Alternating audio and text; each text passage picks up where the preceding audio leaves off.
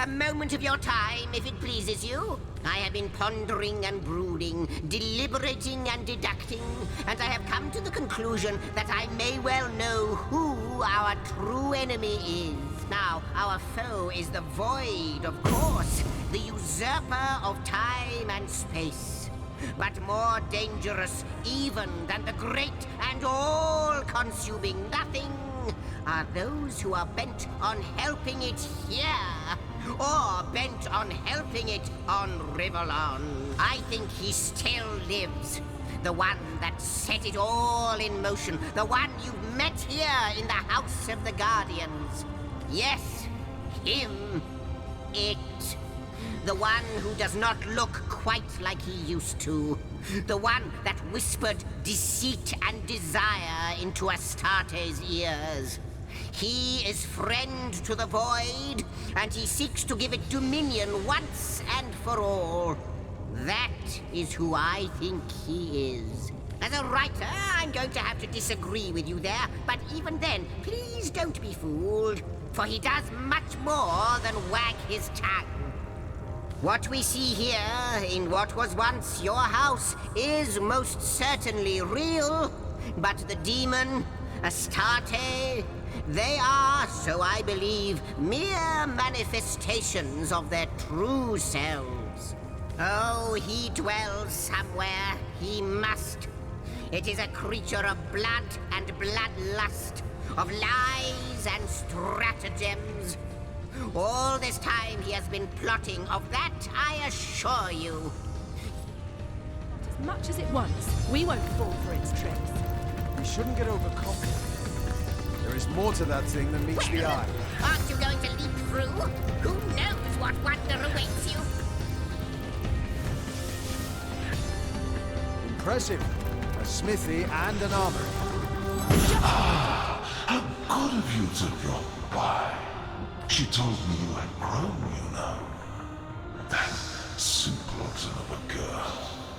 She felt the need to inform me of the fact, with that pathetic tinge of pride in her voice. As if I did not know. As if I haven't been watching you. Like a vulture, a dying beast. I could have plucked out those dewy eyes of hers and thrown them into a frying pan like eggs. Have you ever seen Sunny Side Up staring back at you? I have. But enough of this small talk. Yes, I have been watching you, and my amusement has turned into aggravation. Yet still, I yearn for the moment you finally become powerful enough to realize the true depths of your failures. When you do, I'll be there, drawing circles in the skies, watching, waiting, ready to... We must be getting on his nerves. Excellent. I'll never look at a fried egg in the same way ever again, though.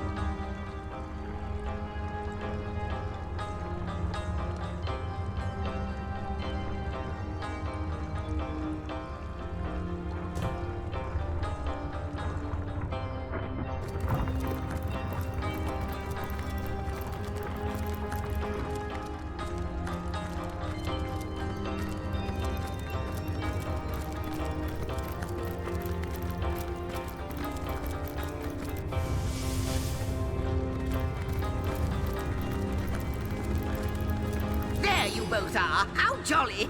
I always do prefer an audience when I give one of my history lessons. My friends, I see you found another starstone. Jolly good of you.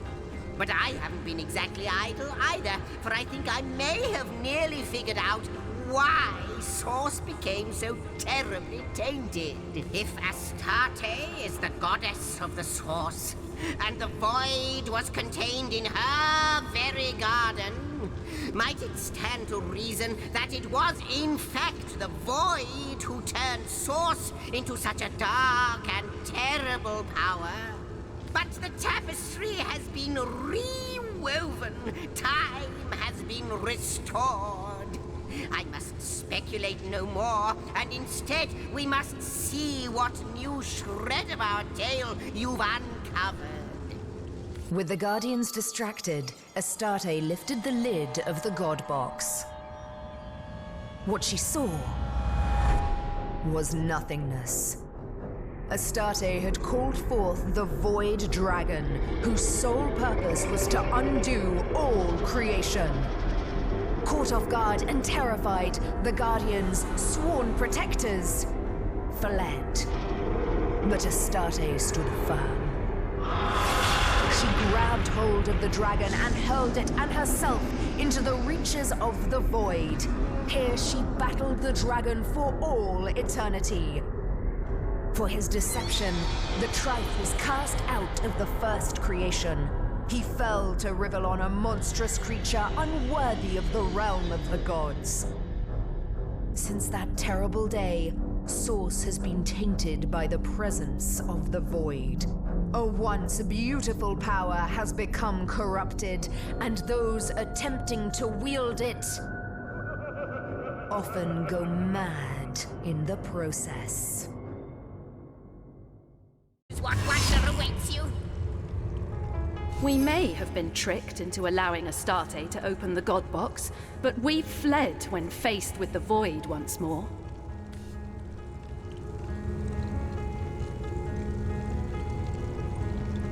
How could we have known what was to come? We were simple sentinels by then, and ones with faith in Astarte to boot.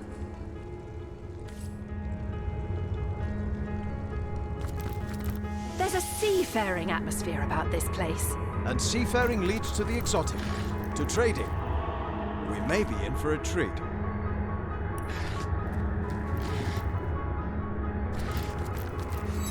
Guardians. Oh, Guardians, I need you. Heed my plea in these void-filled hours. The dragon is overpowering me. Our enemies are battering the fragile gates of time. The skies are darkening, and the stars are being extinguished. You have to reach me. Star stones will pave the way.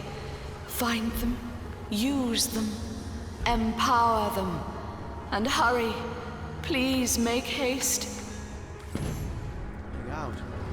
Only Starstone can stay the maelstrom now. Alas, that damnable stuff is hidden better than a leprechaun's pot of gold.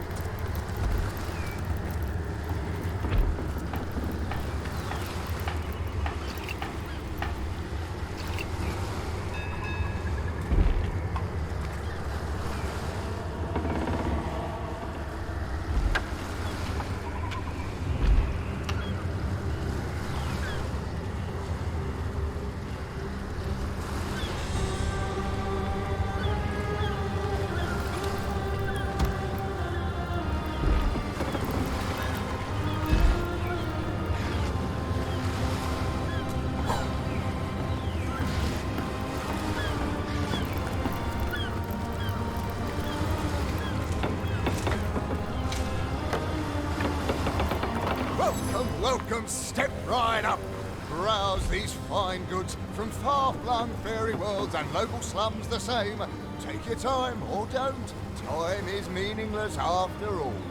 Oh, it seems like an eternity ago. Or was it 1,000 years from now? I was a simple market peddler on the cobbled streets of Alaroth. It was Master Six-Sacks himself who passed one long, or possibly very short summer by teaching me both the art and science of rift hopping. And I've been trooping to and fro across space and time ever since. Today's special, Zeppelin Navigation Crystals.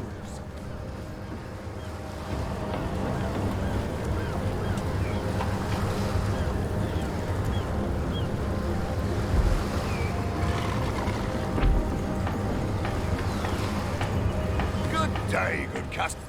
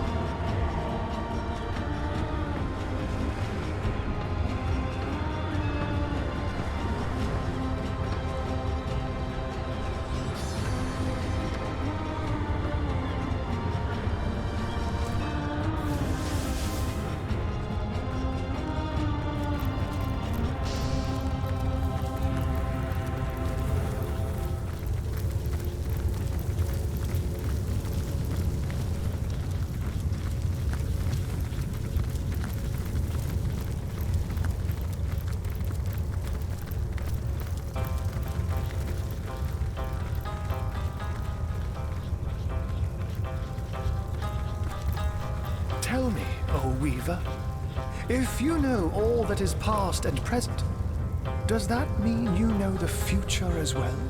Alas. Good to see you on the shelter plane. It shall be my pleasure.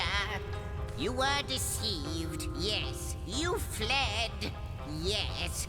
But look at you now, Source Hunter. You are returned, nearly at least, to your former glory, your former duty. Tirelessly do you work against the Void's encroachment, and for this we can only be grateful, no matter what the past has held. Most certainly. A bit drafty in here, isn't it?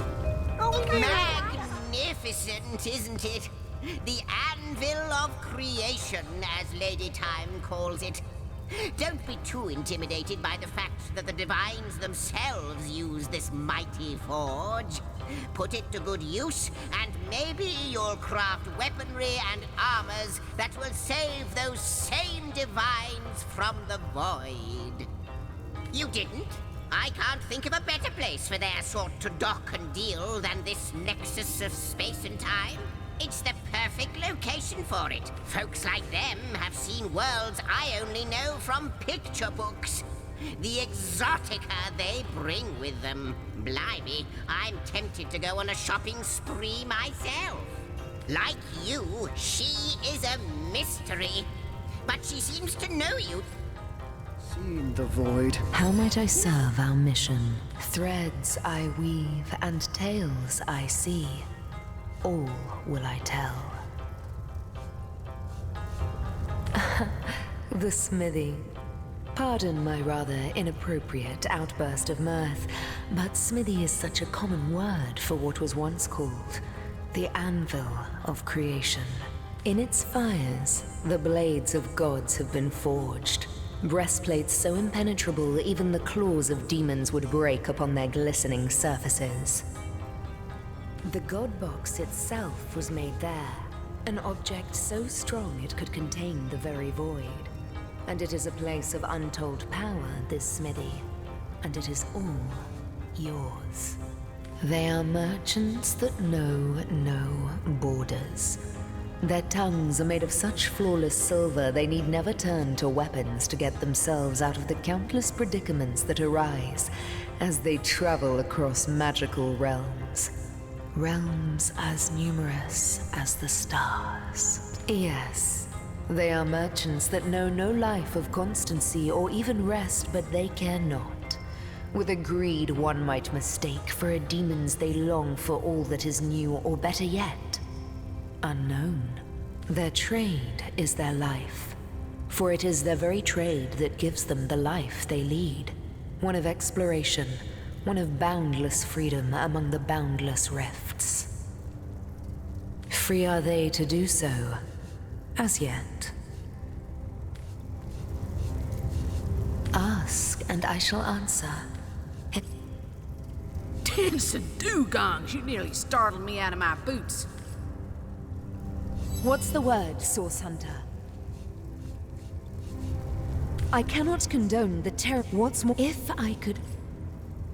There is magic to this place, isn't there? Doesn't it? No matter how forlorn it seems. There is You know what, magic, Gray? Jokes. but it is not so much I could tell a forlorn joke or two. as it is Free on a dormant. good day. I trust the Source Hunters and their star stones Have you will seen our stir magic from its box? slumber. It's got all I'm kinds of confident wonders they stashed will. inside. They must. The alternative is unthinkable.